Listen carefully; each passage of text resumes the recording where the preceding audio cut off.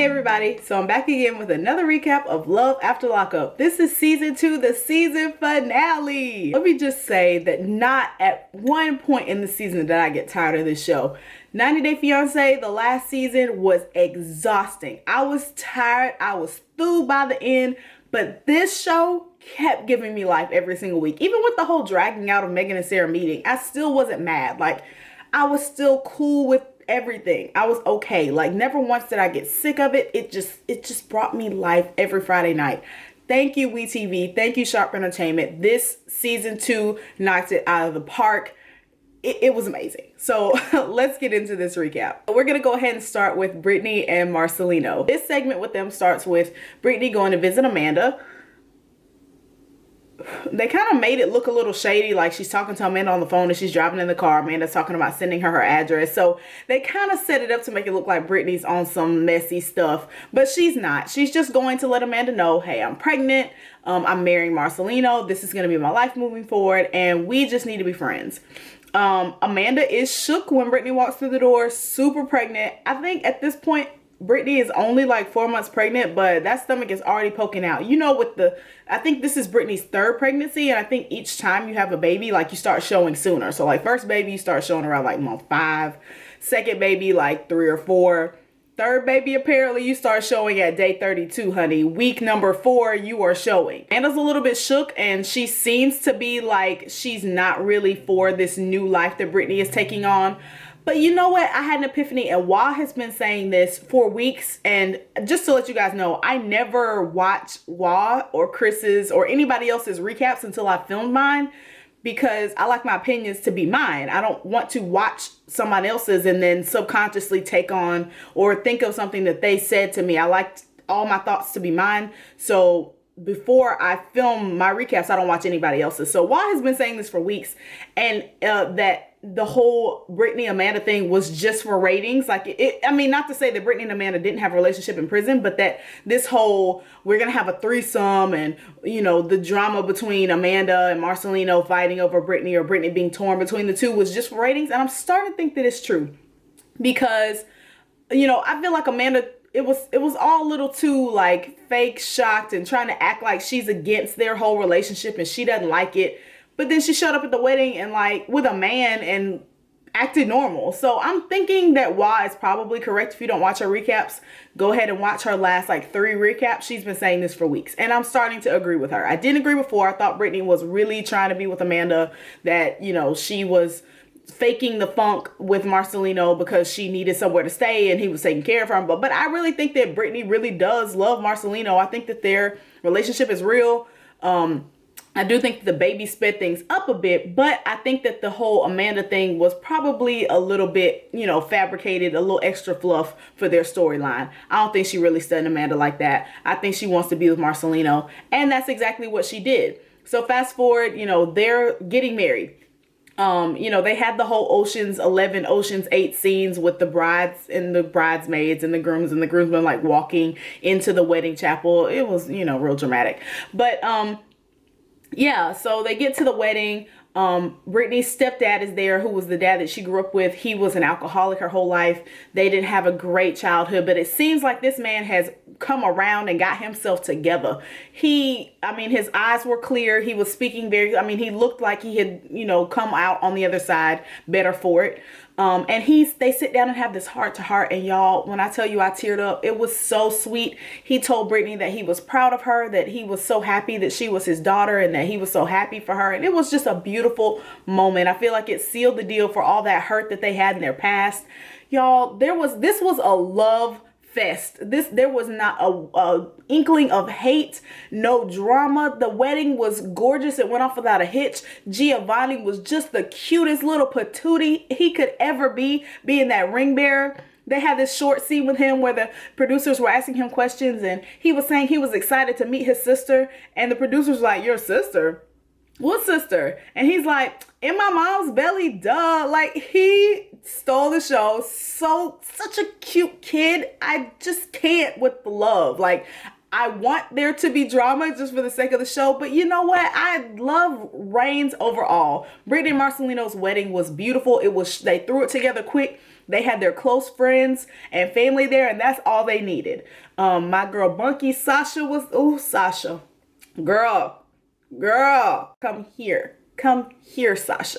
That girl is beautiful. But she was there. They had talked to her before the wedding, and she seems a little bit apprehensive about their relationship because it's moving fast because of the baby. But she's supportive. She's supporting her best friend, Brittany. And, you know, she says that we have to see how the relationship's going to pan out. We don't know what's going to happen in the future. She's supportive. Amanda shows up at the wedding. They try to make this fake scene as if Amanda's going to object. Like, you know, when the priest asks, or not the priest, but the officiator asks, you know, if anyone, you know, doesn't want these people to get married, speaking out, hold your peace. And Marcelino's like looking around. I'm like, yo, Amanda is not going to object to this wedding. Come on. What y'all doing? Let's go. Come on with these vows. I'm ready to go. Let's go. Then bombshell, Amanda shows up to the wedding with her man. So I'm like, okay, so y'all just some lesbians only in prison, apparently. Like, are y'all real lesbians, or I don't know, but both of these women are bisexual, and apparently after being in jail for some years, they need some penis after, you know, all the women that they've been dating. Amanda got her a man too, and I mean, good for her. You know, best of luck to all these people. Marcelino's vows were a spoken word piece. I mean, just poetry. I don't know if he actually wrote them, but they were beautiful. He had a hard time even reading them. The man was about to break down, cry. It's something about a man crying at his wedding that just gets me right here. Like, oh, I love it. I love it when men show emotion, because I feel like Marcelino is very tough. He's very hard. He prides himself in being a man and, you know, having to put up this facade like he can't be vulnerable. And the way he broke down when he read those vows was just, that wedding was just perfect. They had a great time at the reception. It was beautiful. I don't have nothing bad to say, y'all. Not a single bad thing. The only bad thing that I have to say was the whole debacle with Amanda, and then Amanda ended up showing up with a man. So I'm like, clearly she wasn't going to object. She's happy with her man. Brittany's happy with hers. They're apparently going to be friends now. I have nothing bad. That was beautiful. Kudos to them. Brittany, in the update after the episode ended, Brittany gave birth to her baby. What was that baby's name? Hold on. I'll tell you. Zoila? Am I saying that right? Or is it like voila? Like Zoila? I don't know. But she had her baby, and they had a cute picture with her, Marcelino, Giovanni, and Zoila. I'm not sure. But just good luck to Brittany and Marcelino. Apparently Brittany's still out of jail, still out of trouble. Just turned her life around and found a man who would take care of her. Just good for her. I ain't even mad at you, girl. Go ahead. That's it for them. Let's move on to the next couple. So next is Scott and Lizzy. The way Scott and Lizzy's segments have been going, I should have seen this coming, but in my mind, it took a sharp turn to the left that I wasn't ready for. So they pick back up right where they left off, where they're still arguing in the hallway. Scott has stormed off to go back to his room. Lizzy follows him. She knocks on the door. She's calling him. He won't answer. Finally, somehow she gets a key to his room and lets herself in. Scott is laid out on the bed like a 90s sitcom teenager whose parents just told them they could not go to the party. I mean, face down, feet dangling off the end. I was like, am I watching Clarissa Explains It All? Like, what? Are you 14 in 1992? Like, what are you doing laid out on this bed? Like, he was literally throwing a hissy fit. Scott has started to realize that Lizzy doesn't really love him, that he is just a trick, and his whole world is basically crumbling.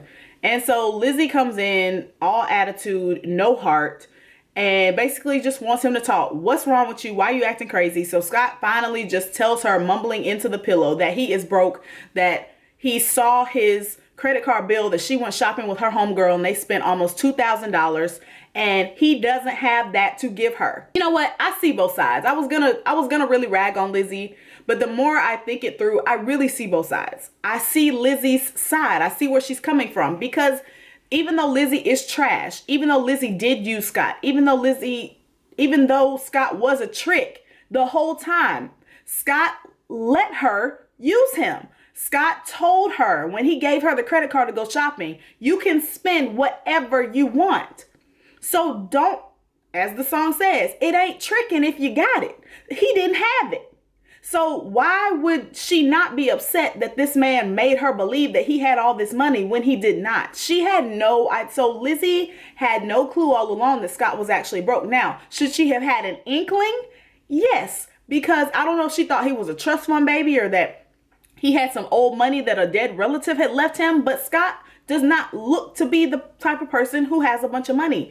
A lot of times, older men may have just been good savers, and maybe she thought he had a little nest egg. But at the end of the day, if he's already spent $90,000 on you while you were in jail, how much more do you really think that he has left once you get out? Do you really think this man is a millionaire in a poor person's clothing and teeth and everything? Like, those two things don't go together. Like, I know that some people who secretly have money hide it and live a very simple life and they're sitting on a gold mine. I know those people do exist, but how much did she really think that Scott's money was endless? She must have. I'm like, this man works a regular job. He live in a regular old house. He a regular old dude. What about Scott made you think that his money was endless?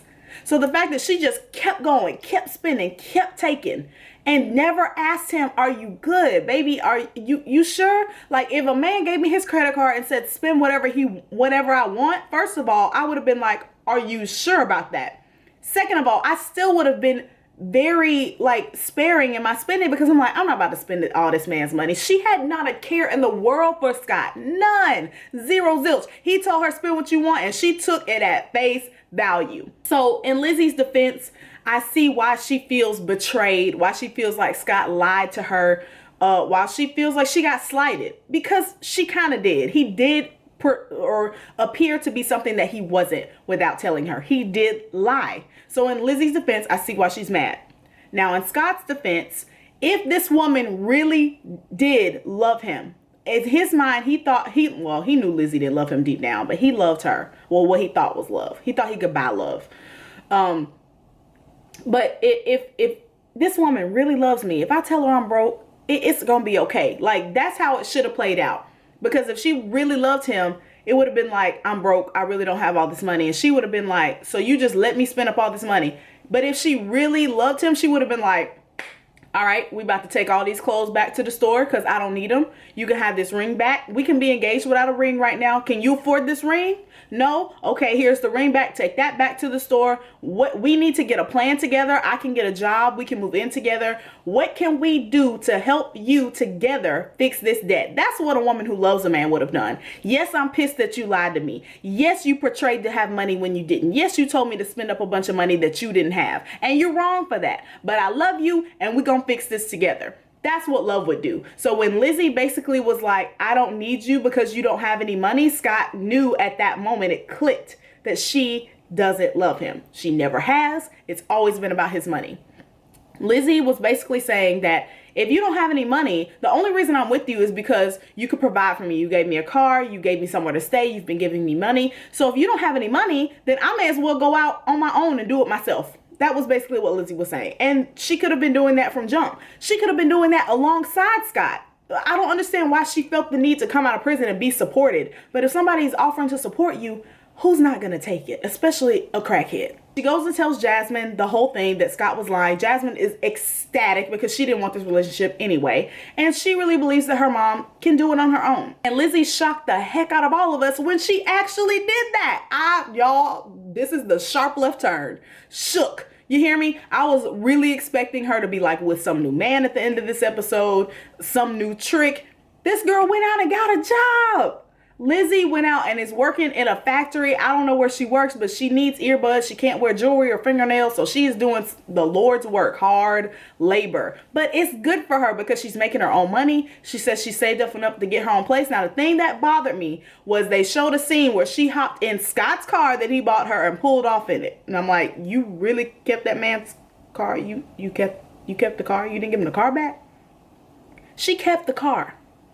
You load that. Okay, you know what? If it was a gift to you, I can argue whatever. But I thought that was wrong. She should have gave that man all his stuff back. You know this man broke. Cut your ties. Give him all his stuff back. He's clearly struggling, and move on with your life if that's what you want to do. But no, Lizzy is a taker, and she took this man's car. So, but good for her for getting a job. She supposedly has her own place. Her and Jasmine are bonding. whatever, fine. You know, she needs to let the whole stuff with Scott go, because she ain't no saint in this. She's trying to act like she's a victim, like Scott lied to her and she got, you know, abused or mistreated in some way. And I'm like, you were tricking him. So both of y'all was wrong. Both of y'all were doing each other wrong. So I don't want to hear complaining from either of you. As we round the first sharp left turn, we make another sharp left turn when they have a scene where Scott's at home raking up dust, honey, raking up nothing. This was clearly a scene set up by the producers specifically to show us Scott's new woman. He is raking up grass clips. I don't even know why he was raking. There were no leaves, but he's outside raking. And all of a sudden he's like, can I get some water? Can I get something, Jasmine? And I'm like, Jasmine? So immediately my mind goes, is he like working off like a debt to Jasmine or something? Like, I'm confused. I'm like, what is happening? And then all of a sudden this beautiful black woman walks out of his house. And I was like, who is that? It's Scott's new girlfriend. Her name just happens to be Jasmine. This woman, she might have been like early 40s. Beautiful woman. I mean, Scott says that him and her are like friends who are taking it slow. They're not having sex yet. But she doesn't want anything from him. She doesn't ask him for anything. She just gives him her love and support. Good for Scott. You know, at the end of the episode, they said that him and Jasmine were still dating. They were taking it nice and slow, which Scott needs to do. He don't need to be rushing into nothing. Okay, slow down, pump your brakes, Scotty. And I think that's great for him. I think he, after that ordeal with Lizzy and spending all his money, he needs to be with someone who just wants to hang out with him and just chill. And he says she's a lot of fun, and I'm happy for him. He don't have to put them fake teeth in. He can be his toothless self, and good for him. Now, he did have some shoe black in his hair, and I don't know what that was about, because that color, that just for men box, is stay away from it, Scott. But other than that, he looked really happy, and good luck to him and Jasmine. In the update, they said that Lizzy was shocked that Scott had moved on so fast, so I think Lizzy's a little salty that Scott has a new girl, but she's still working her job. She got promoted. She's just living her life. Good for her, good for him. They need to stay as far away from each other as humanly possible. That's it for Scott and Lizzy. Let's move on to the next couple. Next is Matt and Caitlin. So as we know, Matt is in jail, and they are trying to figure out what the heck is going to happen to him. So Caitlin and Kathy, who is Matt's mom, are at, I think, her house, and they're just discussing. And Kathy's basically letting Caitlin know, like, I do not bail this man out. If he wants to go and get arrested over and over and over again, I let his behind sit in jail. And Kathy's like, what are you going to do? Do you want to bail this man out? And he could potentially, even though he gets out, you know, he still has to face a trial, and he could be facing 10 years. We don't know what his sentencing is going to be. And Kathy is unsure. She is torn. I think she's still holding on to the fact that her and Matt could possibly be together, but she also doesn't want to enable Matt at the same time. So she doesn't know what to do. She's on the fence. She's not really adamant about like, no, I'm not bailing him out. She doesn't know. So Kathy kind of snaps her back to reality and tells her, okay, so you're just going to be a prison wife then, because you don't sound sure. You overhear him and Han. You don't know what you want to do. You want to bail this man out deep down, and you can just be a prison wife. That's fine. That's Kathy holds back at none. She gives Caitlin the business straight up, no chaser, and just tells her, well, you're just going to be a prison wife then. That's what you want to do with your life. That's fine, honey. Go on, bail him out and wait for the sentencing. And if he get 10 years, then you can go visit him in prison or something. I'm not going to be there. Kathy lets her know, I'm not. It won't be me. Won't be me. Has a video call with Matt just to see, you know, what's going on. When's your trial, your bail hearing, what's going to happen. Matt gets on this phone, and when I tell y'all, this MFer got on there acting as if Caitlin owed him something, like, you're supposed to bail me out.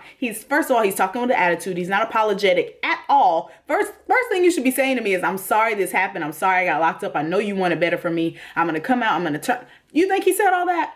No. What did he say? You going to bail me out or not?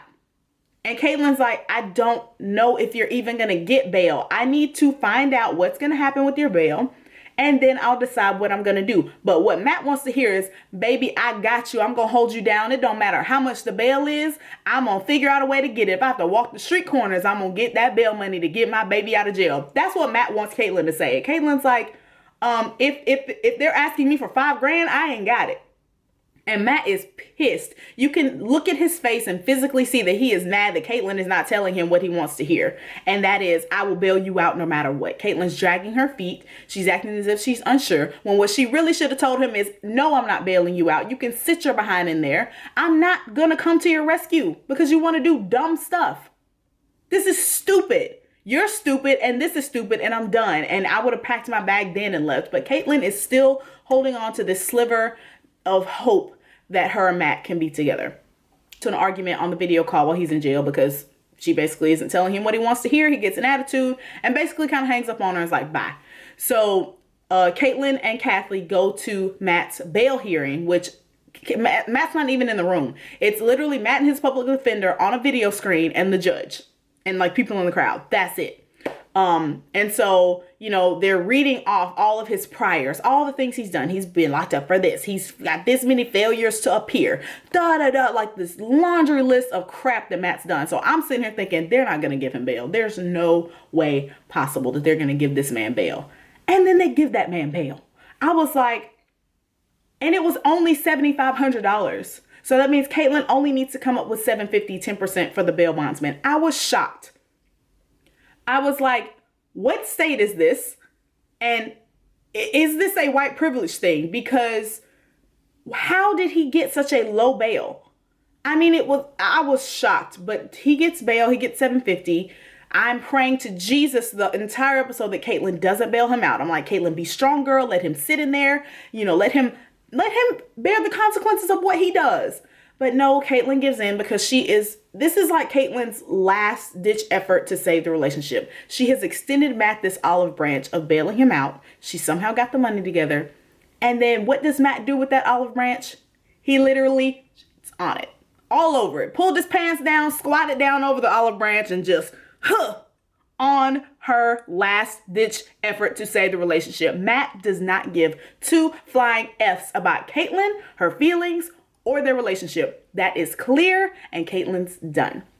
So out after Caitlyn bails him out, she's thinking he's going to come right over to mom's house so that they can talk about their relationship, what they're going to do moving forward. What does Matt do? Matt goes to some friend's house. All of a sudden, Matt is getting interviewed in a car, somebody's car. First of all, didn't you get locked up for stealing a car? There's no way that you're supposed to be driving a car. He's driving some Lexus truck. I don't know whose car it is. How is this man out? How did he get bail? And how is he driving? And why not with Caitlyn? This man infuriated. I think I might be more furious at Matt than Michael, because Michael is like, we've seen him. He's been a crappy person from episode 1, but Matt just started out being like, he started out rough, but he just descended very quickly to be as crappy as Michael as far as human beings go. This dude has avoided this girl for a week. So now he's just casually driving over in who knows whose car, telling the story of how he got arrested, talking about he rented a car from someone. Who is someone? I rented a car from someone and it happened to be stolen. Really, Matt? That's the story you gonna tell us? That's the story we supposed to believe? You rented a car from someone and it happened to be stolen. Okay. That sounds like a meth head story to me. And meth head stories don't be making sense. And we know about things that don't make sense from Judge Judy. They're probably not true. To his mom's house where Caitlyn is staying. Caitlyn's like gathering up her clothes and putting them in bags. She's packing. And Matt comes in and acts like nothing. Hey, what you doing? Oh, I'm just, chilling. What you doing? I thought you were going to come home. Where have you been? And she basically sees now that he does not care about her nor the relationship. And she just continues to pack her stuff and just is like, I'm done. This is over. I can't give you any more of myself because it's literally breaking me down. She goes out to the car. She gives him the speech of his life, just basically tearing into him, saying she feels like you don't care. At some point, you stopped caring about me. At some point, I was not good enough for you. At some point, everything you needed was not found in me, and you just decided to throw it all away. And she said she gave the best she had, and I really feel like she did. She gave him her all, and he wasn't ready to receive it. And at that point, you just got to move on. And Caitlyn did that. She put her bag in the trunk. She got in the car and cried, but she held a straight face when she talked to him. And I was Good for you, Caitlyn. Finally, in the season finale, she got the balls to leave him, and I could not be happier. Good riddance, Matt. Good luck to you, Caitlyn. And the update for them, Caitlyn and Matt are still broken up, thank Jesus. And somehow Matt has a new girlfriend. She must be a meth head too, because, ugh. Best of luck to you, Caitlyn, girl. Be strong. There's a man out here for you. That's it for them. Let's move on to the next couple. So next is Clint and Tracy. So Tracy has gotten released from jail because of overcrowding. She walks out, goes to the bus stop to get on the bus to go back home to Clint. She has called Clint. They have had a conversation. Clint answered the phone. He says that he loves her still. He wants to make it work. So he's going to go pick up his baby girl. I told y'all last week that they were going to be back together, and clearly I was right. I was like, this little breakup is the child's going to last overnight, and the next morning y'all going to be back together. Now, I don't know how much time has elapsed between when they broke up that night on the phone and now that she's getting released, but I mean, it was pretty inevitable that those two crazy kids were going to get back together, and they are. Tracy,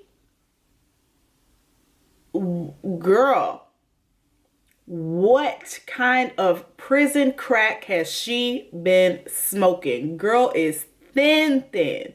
Homegirl is skinny. Homegirl is skinty. She's so skinny we had to add a T. Skinty.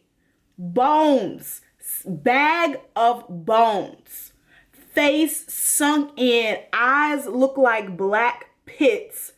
Just wrinkles on top of lines. Thigh gap on fleek. Just at least 50. She says that she's lost 40 pounds. I think it's more like 50 or 60.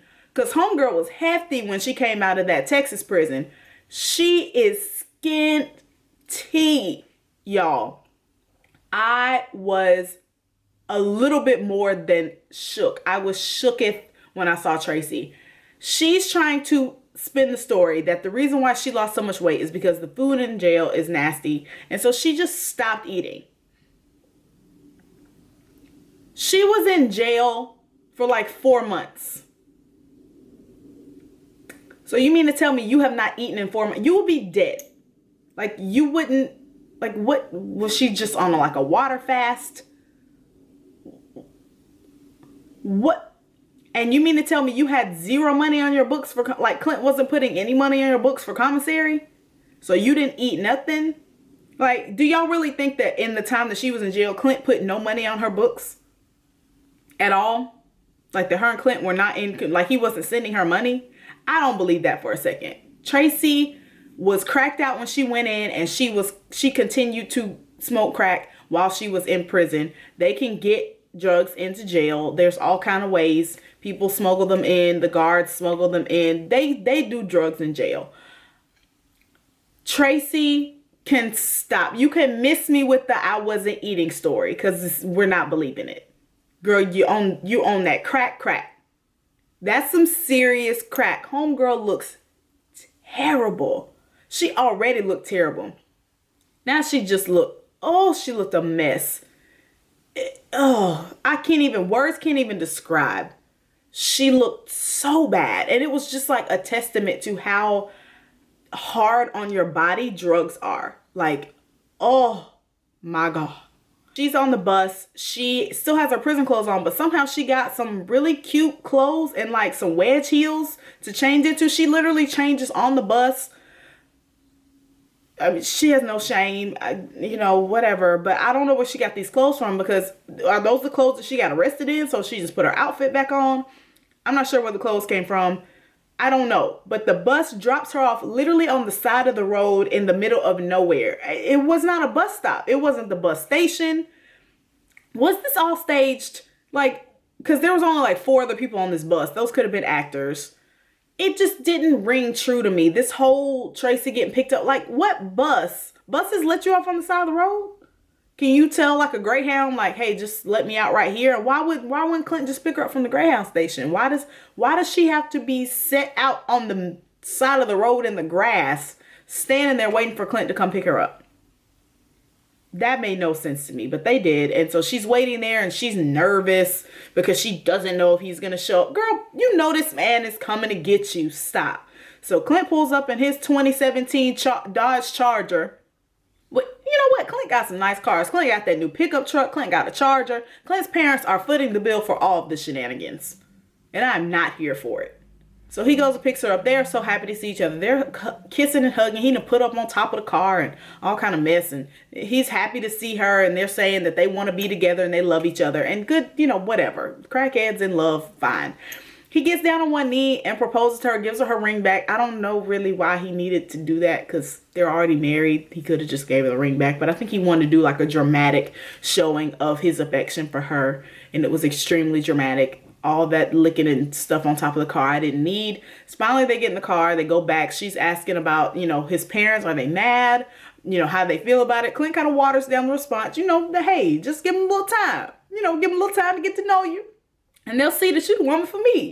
He didn't tell her that, my daddy can't stand you. My mama wants you to go away. He didn't say that, but he's being a good husband. He let her know, they just need a little time to get to know the real you, the crackhead, not the crackhead you, the real you, and then they'll love you just like I love you. Yeah. Get back home and, Clint's little house looked like he live in the hood. Not to knock that. I live in the hood too. Ain't nothing wrong with living in the hood. It's just, I was shocked at where Clint lived based on where his parents live. But I guess, his parents are probably paying for everything for him. So they was probably like, we can't really afford to pay for nothing too nice. We just going to give you something to stay in. I don't know. Clint's house looked raggedy. Okay. The garage, the walls weren't finished. It had, the pink insulation was showing.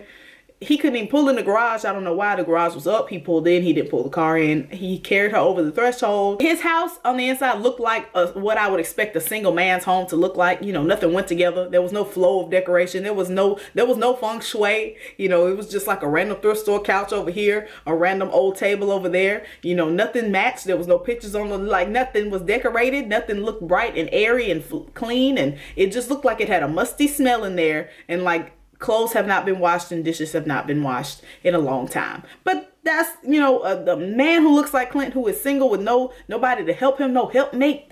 I would expect his home to look like that. And it looked a hot mess. He took her in that room and for some reason, Clint and Tracy love to have sex scenes before shut. Most people, once they get to the bedroom, they shut the door and be like, bye cameras. No, Clint and Tracy, we can leave the door open. Let's get half naked before we decide to get up and shut the door. I don't want to see y'all. Y'all both look nasty. Shut the door, okay? When you get in the room, before you take anything off, close the door. We get it. We know what y'all about to do, all right? We're good. We don't need to see no more. Tracy rubbing her belly, put Clint's shirt off. Ain't no sheets on the bed. That bedroom looked disgusting. And I would have walked in there and been like, there's no way you expect me to get on this bed right now. Absolutely not. But those two crackheads in love, well, I tell you what, those crazy kids are going to make it, I think. The update at the end for them was that they were still together. And Clint got fired. His ex-wife apparently had enough. I think that Clint probably has been going on benders and not showing up to work. And she fired him. That's just my, allegedly. I don't know this, but that's my theory, is that he goes on meth benders and doesn't show up to work. So he got fired. And then his parents hired him on at their little meat shop, of course, because, their baby can't go without. But yeah, that was it for Clint and Tracy. Gosh, I don't have a feeling for or against them. They're crazy. They're drugged out. Best of luck to yous. Let's move on to the next couple. All right, so last is Megan, Michael, and Sarah. We got a lot to unpack because this was a roller coaster of emotions watching this play out. So they kept giving us snippets of it throughout the episode. We never saw the whole encounter. We would see a piece of it, go to commercial, come back, go through the other couple, see a piece of it, go to commercial, blah, blah, blah. It kept doing that through the whole episode. So basically what happened was Sarah shows up to meet Megan. Megan has agreed to talk to her. She thinks that this is just Michael's baby mama. She has no idea that they're married. She has no idea that Sarah's pregnant. Sarah comes in with some stank attitude energy and comes at Megan in a way that reads as disrespectful to me. She came in and sat down and was like, what do you think I am? And Megan's like, I don't Michael's baby mama, I don't know what you are. Like, first of all, why are you talking to me like this? Like, that's how Megan basically was coming across. She was like, I have agreed to talk to this woman. I'm fine with it. But then you came and sat down at the table and talking to me all hard and harsh, and it don't even take all that. Can we just have a conversation? So basically, Megan puts her hand on her stomach, and Sarah's like, you're pregnant. And she was like, I'm pregnant with Michael's baby, and we're married. And Megan clearly is pissed and hurt. But Sarah's attitude was so awful that it made Megan come at her in a way of like being defensive, which it wasn't wrong to me. See, what Sarah wanted Megan to do was, as soon as she found out that Michael and Sarah were married and she was a wife and a mother, she wanted Megan to be like, oh my gosh, wife, I'm so sorry. Oh, please forgive me. Oh, what do you want to know? Oh, what can I do? Can you ever forgive me for wrecking your home? I'm so, like, she wanted Megan to be like bowing down, kissing her behind. And you know what? I think Megan would have been respectful if Sarah had not come at her with that harsh, and she was code switching like a mug. And like, what a stank attitude. Sarah's attitude was so awful. And Megan was like, I get that you're a wife, but I don't care who you are. Wife, baby mama, I don't care. You're not going to come at me crazy, and you're not going to talk to me any kind of way and think I'm just going to take it. So Megan defended herself, and good for her. Sarah was mad, saying like, I can't even talk to you. Like, we can't even have a conversation. And Megan's like, well, what are you saying? Why? First of all, why? What's with the animosity toward me? I ain't even know about you. Like, Megan kept reiterating, I did not know about you. So why are you mad at me? Sarah has such misdirected anger toward Megan that needs to be toward Michael, but Michael's not in front of her. So she's just mad, and she's just going to throw out her anger at whoever's sitting right here. And that was not the best course of action, because Megan is about that life, and she was ready for the heat. She wanted all the smoke, and I was here for it. I was here for Megan's whole responses to everything. She basically told Sarah, you're dumb because you're still with him and you married to him. Like, I didn't marry him, at least. Like, Megan's performance was stellar in this whole encounter. I was here for everything that Megan said, everything she did. Eventually, Sarah gets mad. She gets up and starts to walk off. She says she's done. The producers are like, whoa, because we need to get this beautiful bean footage. So you're not going anywhere. So they pull Sarah off to the side. They kind of talk her off the ledge, basically to get her to sit down and continue talking to Megan, because we need this footage for this show. So Megan is kind of listening off to the side. Sarah wants to know why she's not being more apologetic. And Megan's like, well, I would have been if, number one, you didn't come at me crazy. And number two, if I had even known you were his wife, I didn't know. And so finally, it's like it escalated to this crazy point. Sarah acted like she was going to leave and she was done. And her and Megan were going back and forth, calling each other the B word and this and that. And it was real ratchet. And then after the producers kind of talked to Sarah, and Megan kind of just explains to her, like, I did not know. I didn't know anything. I'm innocent in this. So finally, it kind of calms down. They sit down and they have a talk, woman to woman. And they basically come to the consensus that they should have come to in the first place, that Michael is trash and that they both don't need to have anything to do with him. He has played both of them. Megan has given this man her virginity. Sarah asks if she's pregnant. She's like, no, thank God. But now Sarah has to deal with the repercussions of bringing another child into the world from this garbage man. Throw the entire man away, sis. Michael is the worst. So after they finally have their come to Jesus meeting and they realize that, this guy's awful, he's terrible, we've both been played, they, go their separate ways. I feel like it was an amicable, like they had an understanding at the end of the conversation that, like, Sarah was fine. It kind of went through her head that, like, okay, this girl really didn't know about me and Michael is trash. Michael happens to call as soon as Megan and Sarah part ways. She's walking out of the hotel. She basically tells Michael that she knows everything. Her and Megan talked. Michael's still trying to act as if, he's innocent or he doesn't know what's going on. I didn't know y'all was going to be talking like that. Like, shut up,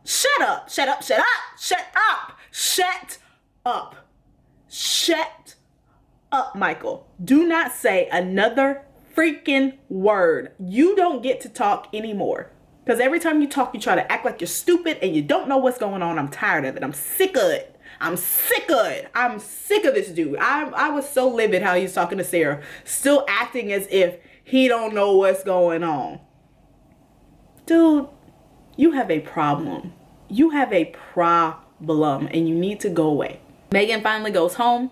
She is so hurt. She goes and tells her dad everything that happened. Her dad is acting like he's about to go get the strap and roll up on Michael in prison. He is mad and he tells her he doesn't want to tell her he told her so, and then he proceeds to tell her he told her so.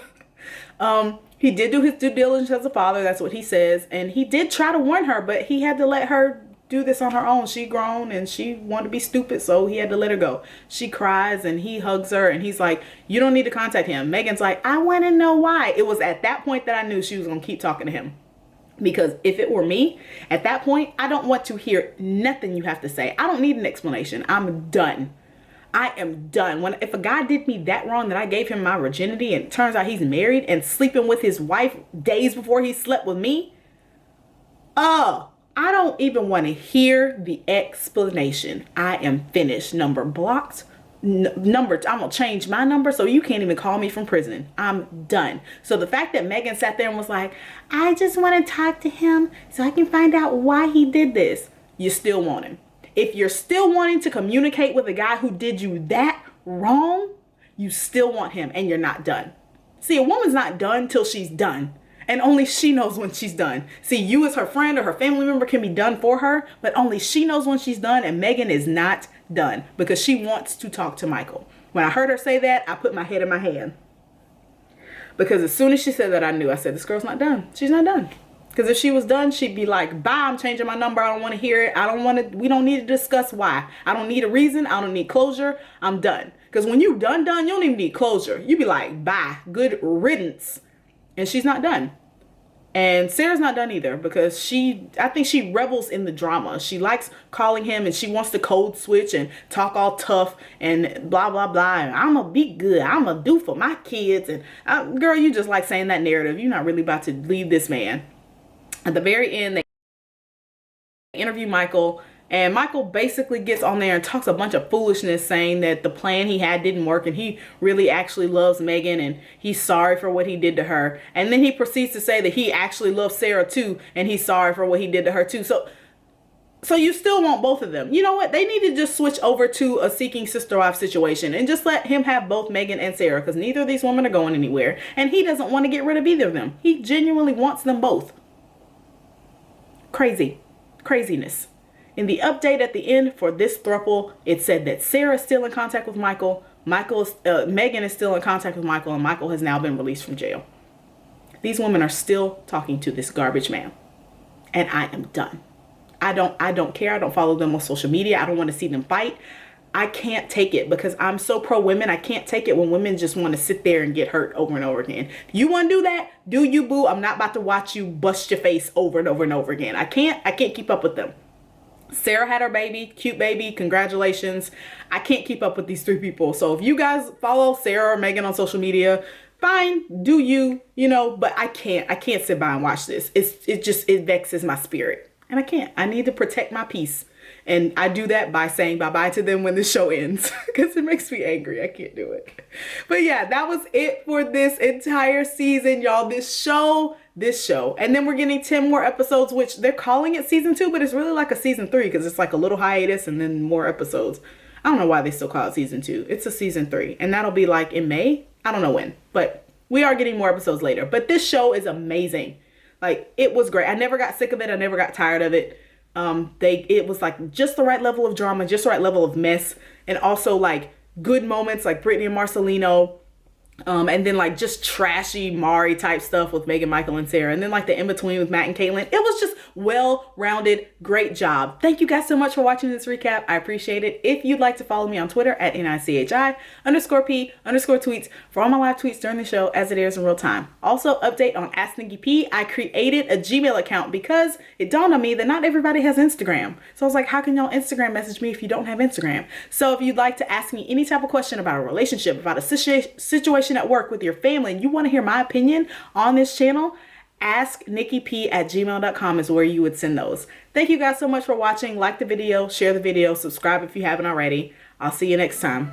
Bye.